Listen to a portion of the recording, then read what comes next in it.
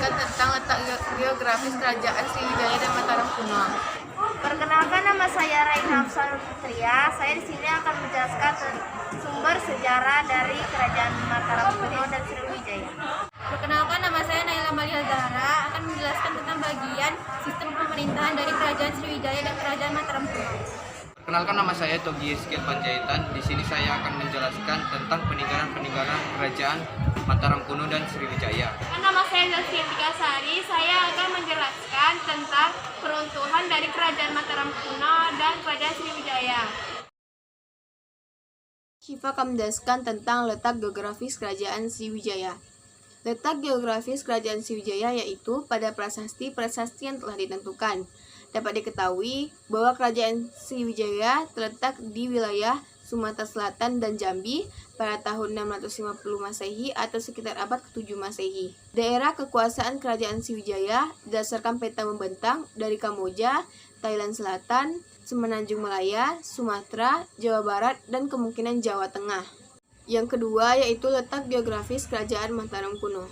Mataram kuno terletak di Jawa Tengah pada abad ke-8 yang didirikan oleh Sanjaya, pendiri Wangsa Sanjaya. Mataram kuno berpusat di Kota Gede, Yogyakarta. Karena letaknya di pedalaman, kerajaan Mataram kuno melakukan perekonomiannya di hasil pertanian. Sedangkan di daerah pesisir pantai yang telah dikuasai tidak dimanfaatkan. Baiklah, penjelasan selanjutnya akan dijelaskan oleh teman saya. Selanjutnya, saya akan menjelaskan sumber sejarah kerajaan Mataram kuno dan kerajaan Sriwijaya. Yang pertama yaitu Prasasti Kalasan. Prasasti yang berasal dari masa dinasti Selendra ini yang berangka 700 Saka atau 778 Masehi. Prasasti ini ditemukan di Kecamatan Kalasan, Sleman, Yogyakarta. Prasasti ini menceritakan tentang Maharaja Terjapuna yang berhasil dibujuk untuk membangun bangunan suci. Bangunan suci yang pertama yaitu bangunan suci khususnya untuk Dewi Tara. Sedangkan bangunan suci yang kedua adalah sebuah biara untuk para biksu yaitu pendeta Buddha. Prasasti yang kedua yaitu menurut Prasasti Gondosuli. Prasasti ini ditemukan di Desa Gondosuli, Kecamatan Bulu, Kabupaten Temanggung. Prasasti ini berangkat tahun 832 Masehi. Prasasti ini isinya menceritakan tentang masa kejayaan dinasti Sanjaya pada kerajaan Mataram kuno. Selain itu, prasasti ini menceritakan tentang kehidupan sosial budaya masyarakat setempat pada saat itu. Prasasti yang ketiga yaitu menurut Prasasti Kelura. Prasasti yang ditemukan di Desa Prambanan ini ditulis dengan huruf Pranaragi dan bahasa Sanskerta. Prasasti ini ditemukan pada 782 Masehi.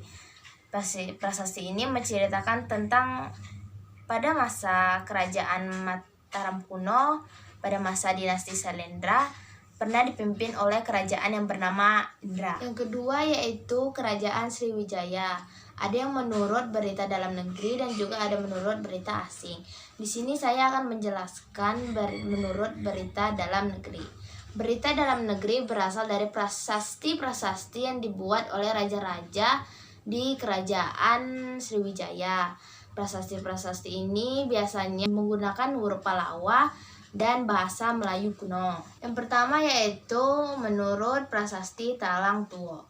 Prasasti ini berangkat tahun 684 Masehi. Isinya mengenai pembuatan Taman Sri Kesetra perintah dari Raja Dapunta Hyang. Yang kedua yaitu Prasasti Kota Kapur. Prasasti ini ditemukan di Pulau Bangka. Prasasti Kota Kapur ini berangkat tahun 686 Masehi. Prasasti ini menjelaskan tentang kerajaan Sriwijaya yang berusaha menaklukkan bumi Jawa yang tidak setia kepada kerajaan Sriwijaya. Sekian dari saya, bagian selanjutnya akan dijelaskan oleh teman saya. Baiklah, bagian selanjutnya yaitu sistem pemerintahan. Yang pertama adalah kerajaan Mataram kuno atau Medang. Kerajaan ini meneruskan tahta dari kerajaan Holling atau yang lebih dikenal dengan kerajaan Kalingga. Pada catatan sejarah, ada 3 dinasti yang pernah menguasai kerajaan ini, yaitu Wangsa Sanjaya, Wangsa Sailendra, dan Wangsa Isyana. Ketiga penguasa tersebut menerapkan sistem pemerintahan kerajaan yang cukup berbeda karena perbedaan agama yang diadutnya. Wangsa Sanjaya merupakan penganut agama Hindu beraliran Shiva, sedangkan Wangsa Sailendra adalah penganut agama Buddha, dan Wangsa Isyana merupakan wangsa baru yang didirikan oleh Empu Sindo. Dinasti Sanjaya beraliran Hindu dikenal sebagai pendiri kerajaan Mataram kuno, dengan raja pertamanya yaitu Raja Sanjaya bergelar Rakai Mataram Sang Ratu Sanjaya. Pemerintahannya, kerajaan semakin luas dan rakyat hidup dengan sejahtera. Pada pertengahan abad ke-8, Raja Sanjaya wafat dan digantikan oleh anaknya yaitu Rangkai Panangkaran. Setelah Rangkai Panangkaran wafat, kerajaan Mataram kuno dipecah menjadi 2. Dinasti Sanjaya memerintah di daerah Jawa Tengah bagian utara, sedangkan dinasti Sailendra memerintah di bagian Jawa Tengah bagian selatan. Selanjutnya adalah dinasti Sailendra, merupakan bangsa pendatang dari Champa dan Sumatera yang muncul pada abad ke-8 dan menjadi masa keemasan dari kerajaan Mataram kuno. Raja pertama dari wangsa ini adalah Raja Sri Dharmatungga. Pada masa pemerintahannya, kerajaan ini berhasil menaklukkan hingga ke Semenanjung Malaka. Kerajaan Mataram kuno berhasil disatukan kembali oleh adanya pernikahan antara Rakai Pikatan dari dinasti Sanjaya dan Pramodawardhani dari Wangsa Sailendra. Pada 929 Masehi, kerajaan Mataram kuno dipindahkan oleh Empu Sindo ke Jawa Timur dengan pusat pemerintahan di antara Gunung Semeru dan Gunung Wilis. Kerajaan ini kemudian disebut dengan Kerajaan Medang dengan Empu Sindo sebagai raja pertama dari dinasti Isana. Untuk tambahan, yaitu raja pertama dari kerajaan ini adalah Rakai Mataram Sang Ratu Sanjaya yang memerintah dari 732 Masehi sampai 760 Masehi. Untuk raja keemasannya, yaitu Raja Balitung yang memerintah dari 898 Masehi sampai 910 Masehi. Di bawah pemerintahannya, daerah-daerah di bagian timur Mataram kuno dapat berhasil ditaklukkannya. Untuk raja terakhir yaitu Sri Maharaja Rakai Sumbadia Wawa Sri Wijaya Lokana Matungga yang memerintah dari 924 sampai 929 Masehi. Yang kedua adalah Kerajaan Sriwijaya. Kerajaan ini mulai berkembang pada abad ke-7, didirikan oleh Raja Dapuntahyang Sri Jayanasa. Raja Dapuntahyang Sri banyak melakukan perluasan daerah, antara lain Tulang Bawang di daerah Lampung, daerah Kedah di pantai barat Semenanjung Layu, daerah Jambi di tepi Sungai Batanghari, Tanah Genting Kera di bagian utara Semenanjung Layu, serta Kerajaan Kalingga dan Mataram kuno. Sriwijaya terus melakukan perluasan daerah sehingga menjadi kerajaan yang luas dan besar. Pada abad ke-9 Masehi, raja yang terkenal dari kerajaan Sriwijaya adalah Raja Balaputra Dewa. Pada masa pemerintahannya, kerajaan Sriwijaya berkembang sangat pesat dan mencapai zaman keemasannya. Balaputra Dewa merupakan putra dari pernikahan antara Raja Samaratungga dari kerajaan Mataram kuno atau Medang dengan Dewi Tiara dari kerajaan Sriwijaya. Kejayaan yang tergambar dalam sejarah kerajaan Sriwijaya tidak lepas dari sistem pemerintahan yang dijalankan dengan baik. Ada beberapa sektor pemerintahan yang menjadi fokus para raja-raja saat memerintah kerajaan ini, yaitu 1. Sektor politik. Sektor ini menjadi salah satu sektor penting karena berperan mempengaruhi sejarah perjalanan panjang kerajaan Sriwijaya. Selain memperluas daerah, kerajaan Sriwijaya juga mengirimkan putra-putra terbaik untuk menimba ilmu politik hingga ke negeri India, agar kerajaan Sriwijaya menjadi lebih besar dan kuat. Yang kedua yaitu sektor ekonomi. Profesi asli para penduduk kerajaan Sriwijaya yaitu menjadi petani, disebabkan oleh cukup suburnya tanah di sekitar dan bisa menghasilkan tanaman. Namun, karena terletak di hulu Sungai Musi, kerajaan ini mulai berkembang menjadi negeri pedagang. Wilayah kerajaan ini menjadi tempat persinggahan perdagangan internasional karena letaknya berada di persimpangan jalan. Perdagangan di Kerajaan Sriwijaya pun berkembang sangat pesat dalam waktu yang tidak terlalu lama, sehingga bisa menguasai perdagangan nasional. Perkembangan ini pun membawa berkah bagi eksistensi Kerajaan Sriwijaya, sehingga kerajaan ini pun menjelma menjadi kerajaan maritim yang memiliki armada yang kuat dan besar. Lanjut ke sektor ketiga. Sektor ketiga yaitu budaya. Sejarah Kerajaan Sriwijaya mencatat bahwa kebudayaan berkembang dengan sangat baik di wilayah kerajaan. Penduduk kerajaan ini menganut agama Buddha dan menjalankan perintah agamanya dengan sangat baik. Tidak hanya itu, kerajaan ini juga menjadi pusat studi agama Buddha. Itu mengakibatkan banyaknya penganut agama Buddha internasional datang berkunjung. Hal itu merupakan hasil dari pengiriman putra terbaik untuk belajar ke India. Dalam catatan sejarah pun, terdapat pendeta terkenal dari Kerajaan Sriwijaya yang bernama Sakyakirti. Akhirnya, tibalah ke penjelasan terakhir. Raja terakhir dari kerajaan ini adalah Sri Sanggarama Wijaya Tunggawarman pada tahun 1440 Masehi. Di bawah kepemimpinannya, Kerajaan Sriwijaya pun berhasil ditaklukkan oleh kerajaan-kerajaan lain. Sekian dari saya, bagian selanjutnya akan dilanjutkan oleh teman saya. Baiklah, di sini saya akan menjelaskan peninggalan-peninggalan kerajaan Mataram kuno dan kerajaan Sriwijaya. Adapun peninggalan-peninggalan kerajaan Mataram kuno yaitu Candi Prambanan, Candi Kelasan, Candi Bima, Candi Sewu, Candi Mendut, Candi Semar, Candi Arjuna, Candi Sikandi, Candi Plasan, Candi Borobudur.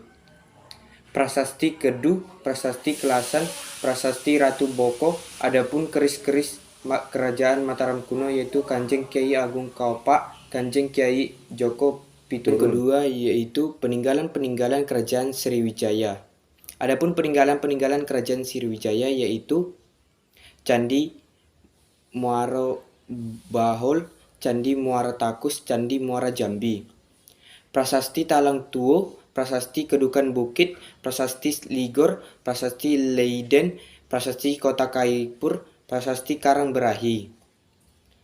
Adapun peninggalan-peninggalan keris kerajaan Sriwijaya yaitu keris Katgah, keris Luar Bango, Trisula, pisau belati, dan bagian selanjutnya akan dijelaskan oleh teman saya. Selanjutnya, saya akan menjelaskan penyebab keruntuhan kerajaan Mataram kuno dan kerajaan Sriwijaya. Yang pertama, keruntuhan kerajaan Mataram kuno. Runtuhnya kerajaan Mataram kuno itu disebabkan oleh beberapa faktor. Yang pertama, disebabkan oleh letusan gunung berapi yang mengeluarkan lahar. Lahar tersebut menimbun candi-candi yang didirikan oleh kerajaan sehingga candi-candi tersebut menjadi rusak. Karena lahar letusan gunung tersebut hampir menimbun seluruh bangunan candi. Yang kedua, hancurnya kerajaan Mataram kuno dipicu permusuhan antara Jawa dan Sumatera yang dimulai saat pengusiran Bala Putra Dewa oleh Rakai Pikatan.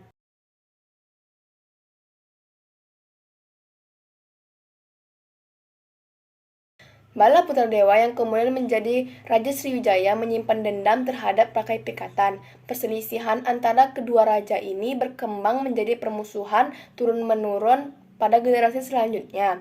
Selain itu, Medang dan Sriwijaya juga bersaing untuk menguasai lalu lintas perdagangan di Asia Tenggara. Rasa permusuhan warga Sailendra terhadap Jawa terus berlanjut bahkan ketika Wangsa Insana berkuasa. Waktu Empu Sindok memulai periode Jawa Timur, pasukan Sriwijaya datang menyerangnya. Pertempuran terjadi di daerah Ancu Kiandang atau sekarang Nganjuk, Jawa Timur yang dimenangkan oleh Empu Sindok. Yang ketiga, pada tahun 927 sampai 928 Masehi terjadinya krisis politik sehingga menimbulkan runtuhnya kerajaan Mataram kuno karena pertimbangan ekonomi.